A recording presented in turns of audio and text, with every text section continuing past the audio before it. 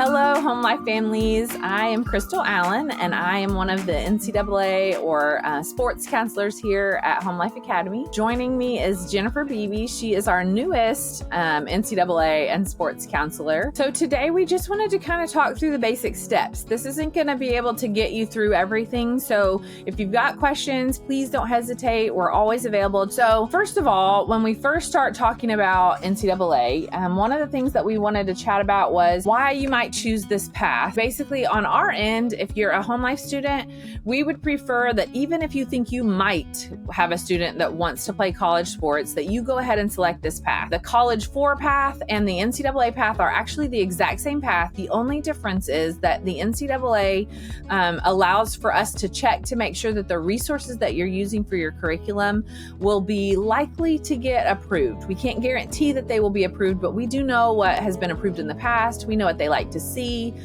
We know that there are some curriculum that they don't prefer. It helps us to be able to research and pay attention to the actual curriculum you're using in a lot more detail for NCAA, and it allows us to give you information. And so we like to make sure that even if you think there's just a tiny chance, we'd rather you take that path and then decide at the end that you don't want to go that way than try to scramble and figure it all out when you're in 11th or 12th grade. The NAIA does have 3 separate divisions, and each one of the divisions is just a little bit different. NCAA Division 1 is the one that most people are aware of. It's the one that's the most common. It's the one that you're watching college football, college basketball. Usually that's going to be Division 1 that you're watching. They're usually the bigger schools, and they have the most rigorous requirements. Whenever you're doing things for core course worksheets and the academic eligibility process, their requirements are really rigorous. So we try to shoot for that. And then if you don't quite reach it, there are some other options. Division 2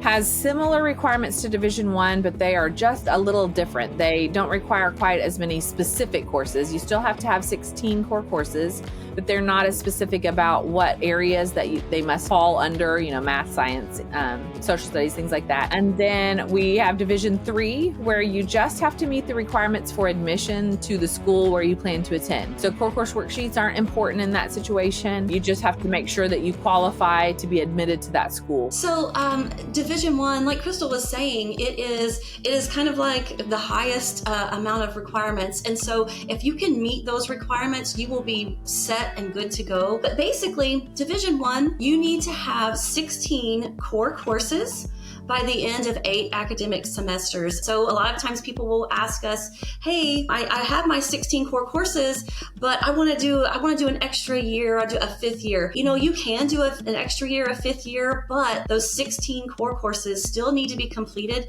within those 8 academic semesters. But the 16 core courses, it's exactly what it says. It is the core courses. So it's going to cover things like English, math, science, social science, and then a couple of other things, foreign languages, world philosophy, world religion. But the electives that you're taking, NCAA doesn't really look at those. So you are free to still choose your own electives. They do have a minimum core course GPA requirement that is there. But with homeschoolers, the most important thing is just making sure that we are proving that you have done enough work for them to be ready for college. So in order to do that, NCAA will evaluate and approve each of the courses. So for each of those 16 core courses that you're going to complete, you will need to turn in a core course worksheet. And we are very happy to help with that. This is basically just a worksheet that proves that this is a high school level class and that it is college prep material, that it is getting you ready for college, and that it is a solid curriculum. So they will want to know all the details about the curriculum and about all the topics that were covered in that curriculum and exactly who was presenting that information. And they really like to know about the teacher interaction. They want to know that you were working with your student, or that someone was doing some face-to-face time with your student. The Division 1 actually has a set of requirements for each of those 4 course sections.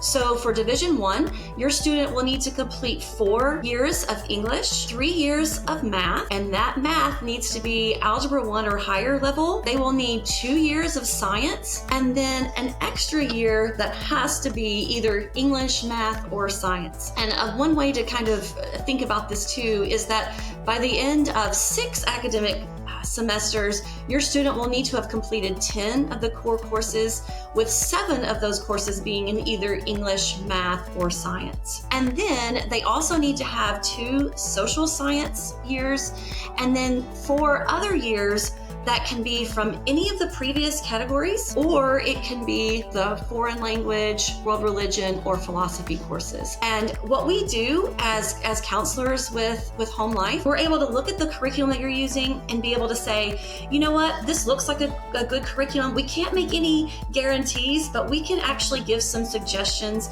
on what might be approved and which direction you might want to go. Once you submit those to NCAA, they do just kind of hang out there and wait.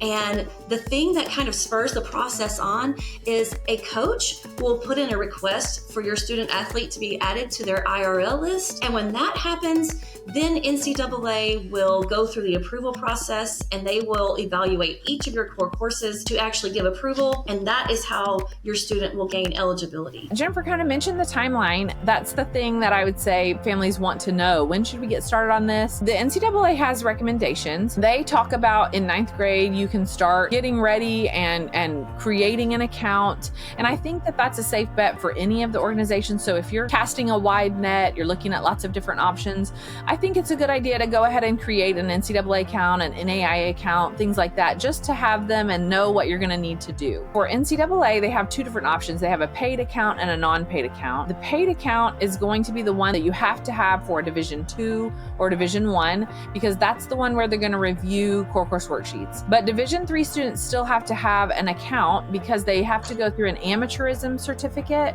They just have to prove that your student hasn't done any professional sports within the sport that they are playing. So you have to have an account either way. It doesn't hurt anything. You can create a non-paid account.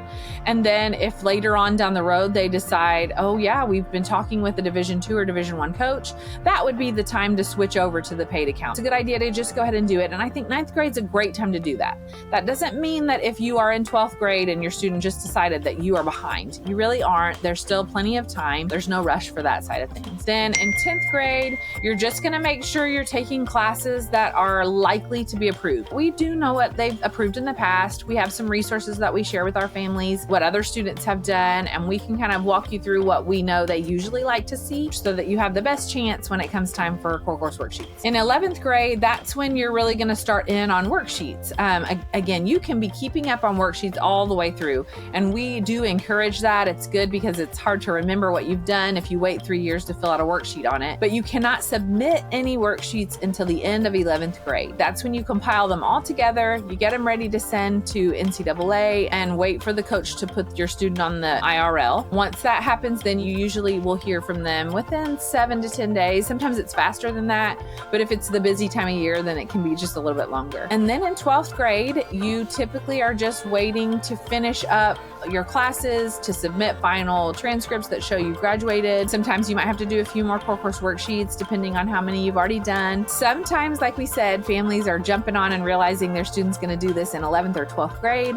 And so if you didn't start 9th grade, no big deal. I promise you've got all the time in the world. You're still ahead of the game. A lot of times students might even still be in the process that summer after their 12th grade year. And we help families walk through that process. It doesn't change things. It just means that you have to do things a little bit quicker. One thing that's kind of easy to think about is a lot of parents are saying, well, how do I make sure we're getting these 16 core courses? One really good way is to make sure that you're doing 4 core courses every year. If you do 4 courses in freshman, sophomore, junior, and senior year, then you will have your 16 core courses and you won't have to stress about trying to get those done. You can also utilize things like dual enrollment. If you take a dual enrollment class that is in one of these core course areas, that can also count as one of your core courses for NCAA, and it will be a full credit, and it will be something that you will turn in your transcript for that course and not have to fill out a core course worksheet. The general rule is if you do the 4x4, the 4 credits of math, English, science, and social studies, you'll definitely get 16. But they do also allow you to look at, they will review core course worksheets for world languages. They will also review them for world religion, although they're very picky about that class. World religion has to be covering all the religions of the world. You can't just have a Christianity class. And they also will review philosophy as well. Those 3 areas are not required. They're kind of elective options that they will consider. But if you're looking for ways to get other credits, there are other ways. We do offer some resources. We have some links that we share with our families that are with us that are really helpful for this process. The Homeschool Toolkit, how to write core course worksheets. And if you are a family that is enrolled with HomeLife Academy, then we are always happy to send that to you. We do that once you reach out or once you are officially on the NCAA path. So if you don't choose NCAA path, we're not aware that that's your plan. So again, like we mentioned earlier, the sooner you can let us know that that's your plan, the better. NCAA sometimes has changes and there's different information. We try to stay up to date on that and let you know this has kind of changed, this will be a little bit different. So we're trying to stay up on all of that information for you. Crystal and I are specializing in everything that's required for student athletes. So we spend a lot of time going over all of these requirements. We're able to help you plan and look at different curriculums and try to figure out how you can reach the core courses that you need to do. We also offer being able to review your core course worksheets and being able to give you just a few little pointers here and there, like you might want to reword it this way to give you the very best chance at approval. If you've got questions, like I mentioned earlier, Jennifer and I are both available. You can reach out to us through email. You can also reach out to us through phone. You can book phone meeting. We are excited to help, like Jennifer mentioned. We both enjoy this. We enjoy working with families that are on this path and are just looking for ways to help and make it a little bit easier, a little bit less stress-free, hopefully, as you walk through a process that can feel kind of intimidating.